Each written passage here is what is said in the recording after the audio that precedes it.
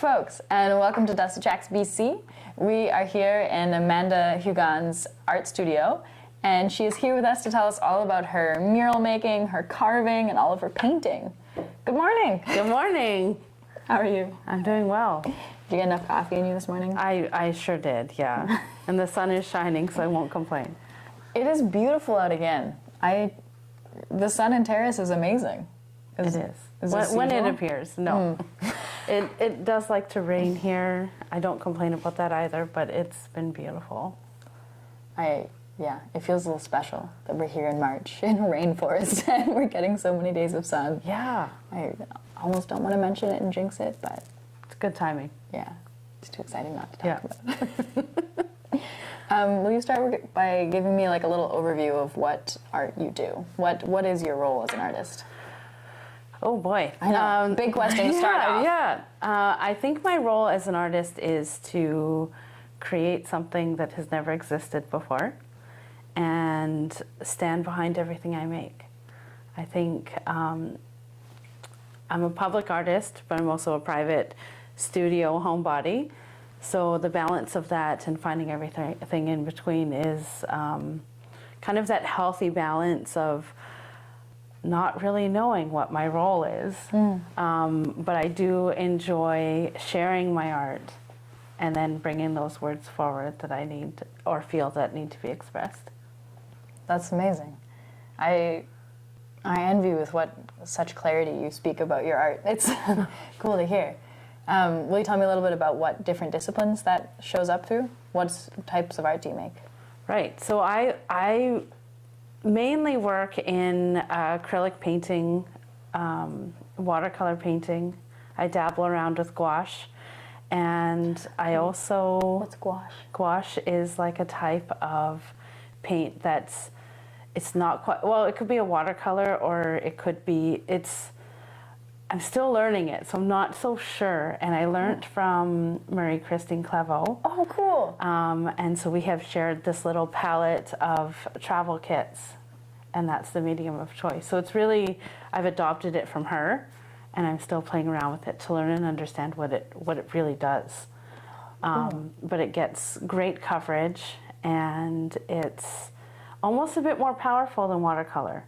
Like the colors are more vibrant? Yeah, and it could be, well, the version that I have is a liquid form. I put it into a little palette, and then it becomes a solid, and then it activates with water. Oh, cool. Yeah, it's lovely. Oh, that's perfect for traveling. Yeah, it really is. And you can pick and choose and change the palette, and it's quite small, and it's just a really fun little trinket for an artist. Like it. Yeah, yeah. But I also work in wood carving, printmaking, and I like to work with pottery, clay, plaster, a little bit of everything and anything. Wow. But mainly, I guess, stuff that I have showcased and shared are things with the murals, painting with acrylics, and carvings. Wow, that is so many different talents across the board. Yeah. That's so cool. Let's start with the murals first. Will you tell me a little bit about the murals that you make and the collective you're a part of? Yeah, so I'm part of the collective called Raven Tacuara, and we are 4 individual artists who came together for the love of the art, and we work here in the Northwest. We have some murals here in Terrace. We have some murals in Smithers. We saw one yesterday. Did you? Yeah. Did you? Which one did you see?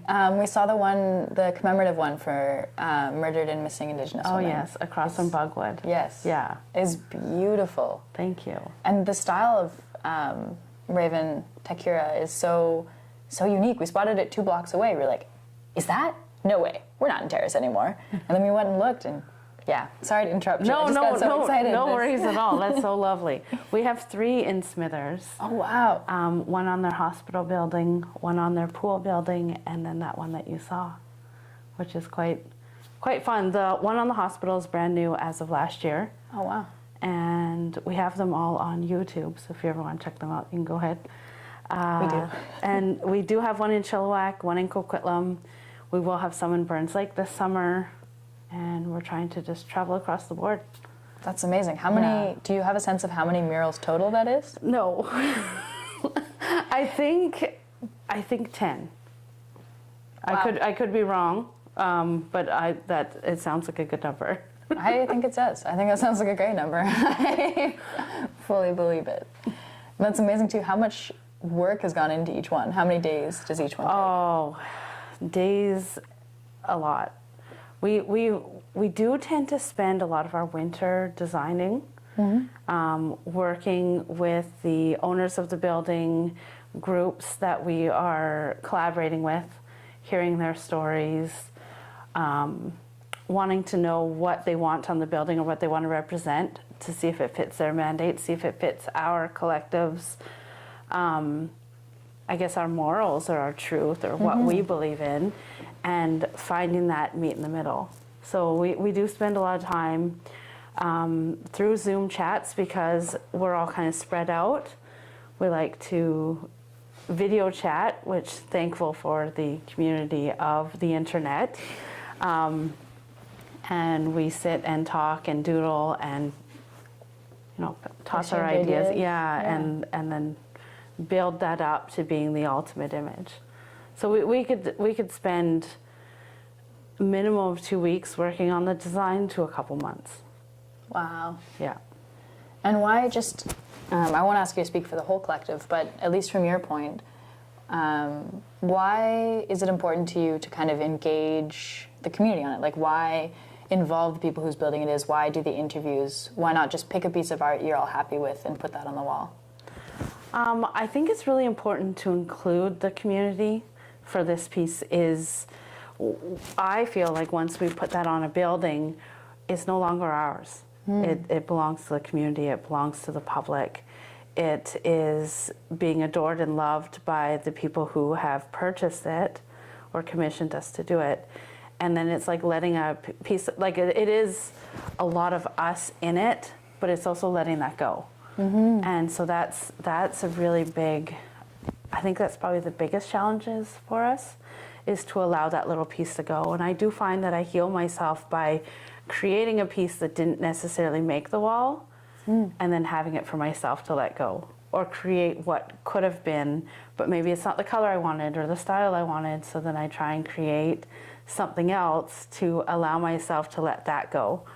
I do find in the community here of Terrace, with a lot of people that live on the streets, the unhomed people, they find an identity with the pieces.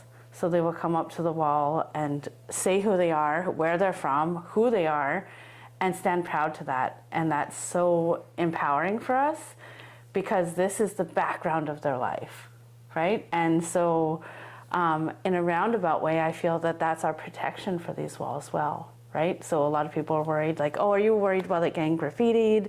Someone's gonna tag it, someone's gonna paint over it. And I strongly believe that there are people that are guarding these walls and they're proud of them. So in saying that, having the community say what's going on there or what we're standing behind, it kind of goes around full circle and we're sharing that with everyone. So we're using their voice to create it and put it on the wall for everyone to enjoy. That's amazing. Yeah, it's quite the experience, for sure. Yeah, it's sometimes when you think about a painting being done or a mural going up, you don't recognize the huge impact of it. You're maybe impacted in the moment when you see it and like a response. Like I definitely know the one we saw in Smithers yesterday. Lucy and I stood and looked at it for a moment. It makes you think, but it's amazing to hear how engaged the community is and how many different pieces, and it's not just paint on a wall. It's so much more than that. Of course, yeah. And that one too that you saw was a community of people who are of the families of the missing and murdered Indigenous people. So we actually spent 3 days with families that have missing people and listened to their story, listened to what was connected to their loved ones and what they remember to kind of symbolize them on the wall. So that one was extremely personalized. And the back side of it, where we have the rain and the sad moon, at the end we just all stood there and cried. Like, it's pretty emotional, and it's not just the paint, it's the story that goes with it, for sure. Yeah, that's huge. Yeah. What was it like for you to be able to put that into art, to hear those stories and kind of give those families something to see and something beautiful out of it? It was really hard, but at the art project and the support we had really, really made us feel empowered and kind of made us feel like, or at least made me feel like there's a validation there and saying like we're doing exactly what we need to do to spread the word across of what's happening when a lot of people are so blinded by it. Yeah. Yeah, there's so much more awareness needed about the Highway to Tears and all across Canada, but yeah, murals like that I think make a big impact. Yeah, I hope so. Or it feels like it does, so it feels like we're doing something good. I think you definitely are. Yeah, thank you. Yeah, I mean, yeah, at the minimum, you're making a city much more beautiful. And at the maximum, I think you're really spreading some beautiful thoughts and important messages. That's cool. Yeah, thank you. I'm not as well spoken as you, but I'm just like mulling over everything you've said because you speak so beautifully about art, and I'm having to remember to ask you questions afterwards because I'm just so I just want to hear you talk about art all day. Will you tell me a little bit more about the more personal work you do when you're working on your own, more with the acrylics or the gouache? Yeah, gouache. Gouache? Yeah, so I like to dabble around with things I've never seen before, things that inspire me. I like to fuel up with nature. So I like to walk by, I live right by the river, like Skeena River is right there. I like to walk into the forest, enjoy the birds, the blue sky, the rain, sound, smell, and just everything in nature fuels me up to create more. And I guess you'll see with the show at YXT, the birds that are in there, the swallows, the process of that is those birds were actually swarming around us in smithers while we were creating every single mural. So anytime we'd look up, that's what was happening, where they were swirling around and zipping around and kind of playfully enjoying us, probably being up as high as they were, right? Because we were up in the lifts and whatnot. So creating things that are around me, but also creating things that may not exist. So like an imagination of something that you may have thought of or you may be afraid of or whatnot is a lot of fun for me. It's like being a child and just playing around and dabbling around with things that, you know, are just kind of fun and cool to do and be. And I really like playing with color, so I like to utilize every single color available. And that's a lot of fun for me, which is why I chose to do at YXT every single color of the rainbow, and then some, if you will, right? So playing around with that is quite nice. And I actually have a box of blueprints of things that have never been out there yet. Oh. And it's like an idea of categorizing everything so that when the opportunity comes or I have a canvas, like blank canvases arise, then I can like be in the mood to like just throw something on there and have fun. And are these canvases like, are you talking about walls? Are you talking about just like getting a large enough canvas or like the right piece of wood? Like what kind of canvases do you mean? Yeah, well, I like to work with, well, regular stretch canvases. I like working with birch board canvases. And really I'll paint on anything I can get my hands on. So anything goes depending on what theme or what medium I feel like playing around with. I started actually doing art by just giving it as gifts. Oh, wow. So a lot of things that I would do, I would just create for said loved one or said friend and just make whatever inspired me to create for them and what they would like or enjoy, their favorite colors, their favorite animal, whatever it is. And then it kind of rolled into taking that to the next level after going to school and turning that into a profession, which I've never ever dreamt of working in any kind of medium or any kind of art form where I could actually have it up for display for sale, right? Because my stuff, I just feel like it's more of like a personal ode to what I think I can express, and then people enjoy that and want it, and so there we have it. That's amazing. Will you tell me about the piece at the airport? Yeah, so the piece at the airport, or I guess like the collection, if you will, collection? Yeah, there's quite a few pieces out there. We can start with the wings. The Wings of Hope was an inspired idea that I had for an art show that I had here in Terrace called Without Borders. And I just had this vision of standing in front of wings and having it as an interactive piece. And then the colors of the swallows that I have were inspired by a tea collection that I wanted to start. And so the wave and the water represents like the tea that would be inside the cup. I wanted to stitch it all together, so what better way to do than with the leather? And then put Coast Salish form line on the top to kind of represent the clouds and the sky. And then of course have the playful birds in there. The center is like a spindle whorl, my version of a spindle whorl, that's representing all of the colors that are in the whole entire collection. And I just had fun with that. And the centerpiece that's rimming the face is most likely inspired by a recent trip to Barcelona. So I didn't actually complete that piece until I got home. And the original idea was totally like a moon phase in simple natural colors. And then I came home and painted that. So I look at it and I love it, but it's definitely inspired by the trip. That's amazing. Yeah. It's so cool to hear how many different pieces of your work in this collection and in other work is just so like, you're really using the idea of like art as a reflection of the world. You're just like taking what's there and you're improving on it, you're adding to it, you're putting your own spin on it. And it's amazing to see. It makes your work so alive. It's really cool. Thank you. Will you tell me more about the birds? You talked about them before.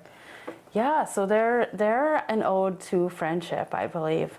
Originally, it was an idea of a whole bunch of friends kind of like swarming and not swimming together because they don't swim, but they're flying around each other, right? And it's kind of like, say, like a storybook, so a stop animation for me as you're walking, and then you can see the movement and flashing as they go by. And so it's like the trials and tribulations of life. Some have high days, some have low days, or, you know, they're all kind of just moving around and enjoying each other, but they're both always following the center, which is the sun. So always looking at the positive side. Amazing. Looking at the positive side, I think, does so much for people. Yeah, absolutely. And I love that your piece is about friendship more than romantic love. I think we don't spend enough time talking about how important friendships are and how important the relationships outside of romance are. Right. So it's cool you've highlighted it. Yeah, I think it's so important too, right? Like that's where I guess the next level starts, is just being a friend. Everyone needs a friend. Everyone does need a friend. Yeah. What's your favorite thing about creating art? It's a big question, I know, but I think my favorite thing is seeing the end result, of course, right? It's really easy to say like, I want to make this or I want to do that. And I have a lot of people, especially during the YXT show and exhibit, is to think like, I can't wait to see it finished. And my response was, me too. Like, I really can't. And so seeing that process and sharing that, to see the ultimate outcome for my first time ever seeing it together was on the wall when you guys were there. Only because my space isn't big enough to showcase and share the entire collection in one piece. So my favorite part is the whole process of getting there, having that vision. I can draw it out all day long and it will never look the way it does. Like, you'll see this whole scribble mess and all of this. This is where it all kind of started, and these ideas. So then to transcript and translate all of that and then have it onto the canvases is, where and what happened, right? Like, yeah. It's incredible. Are these the colors you chose? Yeah, so that is my chart of picking through all of the colors for the stain. So it's actually just the base stain of each piece, and it's by Mini Wax, and it's a wood stain. And so it's just going through online trying to see like what's going to work best on these canvases. That's really cool. And then these are the different birds going through the paintings? Yeah, that's a quick sketch of my idea of how I wanted it to flow, because I wanted one to go up and one to go down and just kind of have their own free flow, but also kind of follow the top streamline to kind of work with that, so that it's when the wave goes up, I want that bird to kind of go up, and then when it goes down, I want the bird to go down, and just have them partner up and kind of work with that flow. That's so cool. And then this bottom piece here, that's one of the original concepts. I wanted to do circle, square, circle, square. And finding the circle canvases was a challenge. Therefore, I just went with the square and decided to just work with that, which of course, everything always changes throughout the process. Yeah, so that's how that happened. That's cool.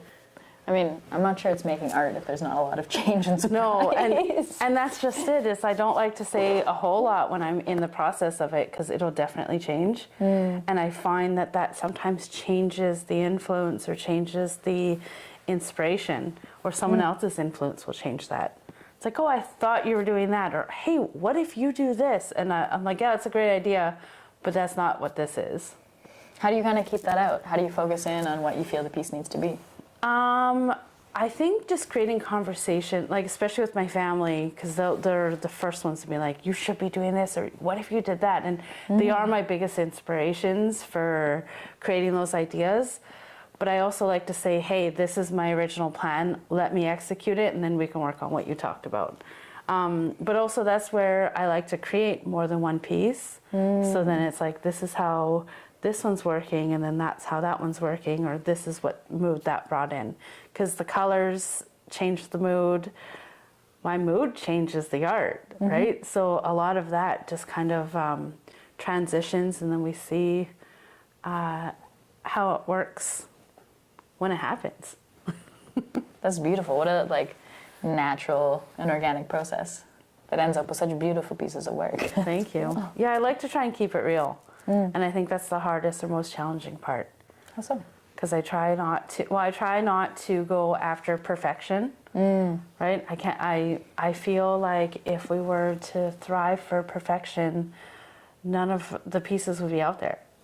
And so I try to just do my best, or do what I think I wanted to execute, allow it to let it be, and then if I need to change it later, I'll just create another piece to make it different. That's a really great outlook. I always think about perfection is the enemy of finished. That quote of just because I get caught up in that sometimes with my own work with cameras, of just it's a very different type of art, but the same idea of you're trying to compose something you love and you have a very clear idea of how it's supposed to work, but it's never what I picture. Sometimes it's better, but sometimes it's worse. Sometimes it's never the same thing, and just letting go of the mental image and kind of paying attention to what is there. Right. I find it's a hard thing to do. Absolutely. I find that my work is never as good as I think it could be. Oh, I always think that I'm always striving to be better. I know I could do better, but when the time, the tools, the attention, anything like that. And I also found that in the masterpiece studies that I've been doing, studying the ancient pieces, none of them are perfect. And if they waited for them to be perfect, we wouldn't have anything to study. So I allow it to be, and I give myself the grace to just be like, okay, well, what's done is done, and we can move on from that. And I'm only as good as my last piece, so I'm just going to get better. And so I'm going to make sure that my next piece is better than my last, which makes me excited to see what else I'm going to create. Yeah. Oh my God. I'm gonna remember that when I'm looking at my own work. Yeah. Completely. I noticed your logo, and maybe I'm going to quote it wrong, but art is meant to heal the soul. Will you tell me a little bit about your belief in that and why it became your logo? Yeah, so I found that working on art, it's been a journey for me. And I found that living in Terrace, being born in Chilliwack, I have forever been searching or finding out what kind of art I need to create for myself. And a lot of the stuff that I do is for myself, even though it's out in the public or people are sharing it. I find that people can relate to it. But I'm forever searching for, say, everything inside me. And when I started 3D I did notice that there were pieces or things that came out of me that weren't what they were teaching me. And I wasn't sure why or what that was. And in my studies of learning of the Salish art, I realized that there is a huge difference. And then later on, I discovered that my father, who I didn't get to know growing up, that he was an artist. And a lot of stuff that I was creating were things that he may have created, and how that is kind of connected. And so there's like this different spiritual connection that I wasn't expecting with the art. And so I found that my art, and also through therapy, has been very healing for me. So it's like an art therapy for me. And then sharing that, expressing that, and then letting things go, learning to let things go has been really, really healing for me, myself, and my artwork, and my family.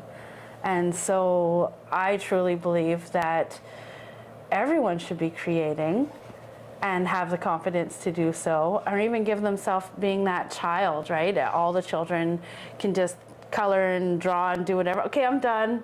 And it's great and have that confidence, right? So I wish that everyone could find that child in them and do that and just express themselves to let it go. And no matter what comes out, don't be ashamed of it. Just let it be. And you can choose to have that on display or crumple it up, or, you know. So yeah, I guess in a roundabout way, it's me forever soul searching within myself and finding the love of art within myself and then expressing that. So well said. Oh, thank you. Thank you for sharing that with us, because I think you're so right. I think the world would be a better place if everyone was making art. Yeah. And there's such a big difference between like making art in your own time and making art to be sharing with the world. Like, but yeah, it's so healing for people. It just gives people time to be that child. That's. I'm repeating exactly what you said because it was just so spot on. I think everyone needs a chance to be a kid. Yeah, And, absolutely. Yeah, so much comes from that art. My sister and I both dabble in like an endless number of like arts and crafts and just love creating things. Yeah.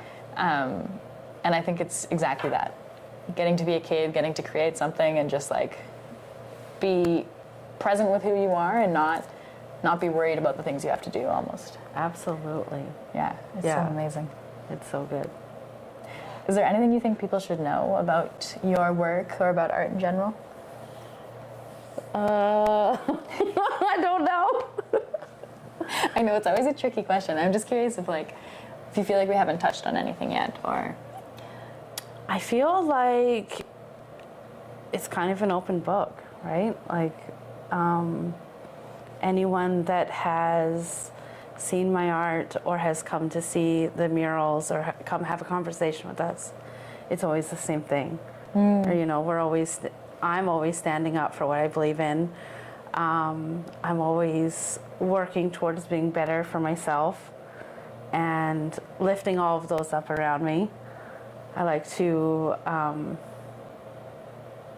I actually found out recently that like a lot of artists are introverts, extroverts, we're all kind of colorful, different people. I did discover now that I'm more introverted than I've ever been. Oh, interesting. And I think that's also the effect after COVID or after all of the regulations of being isolated. I spent a lot of time working at my desk here on camera, showcasing and sharing and teaching classes of doing, you know, little carvings and whatnot. So I found that I was talking to myself a lot, and I found a comfort in just hanging out with my cats and myself. And so when summertime hits, we're on the wall and we're busy talking amongst ourselves, but I find that I'm just, I don't know, not as extroverted as I thought I was. Forever I always thought I was like happy and I want to talk to everyone, I want to be around everyone, and now I'm like, I kind of like being by myself. So no matter what that looks like to anyone else, I feel like truly that's like who I've come to be. I think that's very fair. Yeah. There's a very daunting world out there, and sometimes it's nice to just kind of be, hide away a little bit, create. I don't know if that was answering your question or if that was totally off left field, but Oh no, that was exactly what I wanted to hear. I didn't know that's where we were going, and it was exactly where I wanted to go. It was great.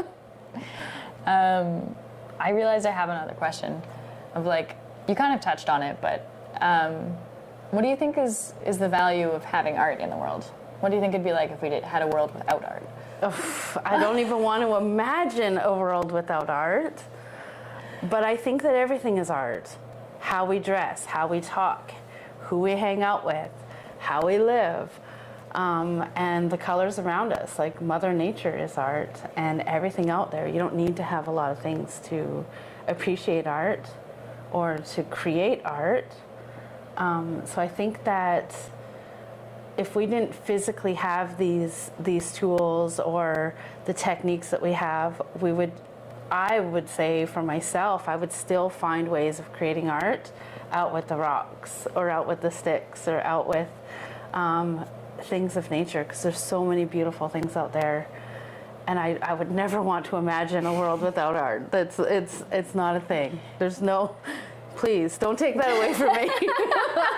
It would be a very sad and colorless world. It would not be good. Yeah. I think even the birds would fly and look different. It would Absolutely. not be a good world. They wouldn't be as happy. Yeah. Yeah. It's true. Art gives us so much across the board. I do. I feel like art is that love language, right? You don't have to speak a certain language. You don't have to believe in certain things to appreciate art. And I think that it's this universal love language that can be expressed however you want for all to appreciate and share. It's a thing, and I can't wait to share what I have inside my brain with everyone. Oh man, we are so excited to see pieces keeping coming out of your brain. Yeah, thank you. Yeah. Me too. You were so well spoken. Thank you so much for sharing your thoughts about art with us and Of course. telling us about your work. Yeah, it's been such a privilege to talk with you today. Yeah, thank you. Lovely. Yeah, thank you. And thank you everybody for joining us. We've been chatting art with Manda Hugon in her beautiful art studio.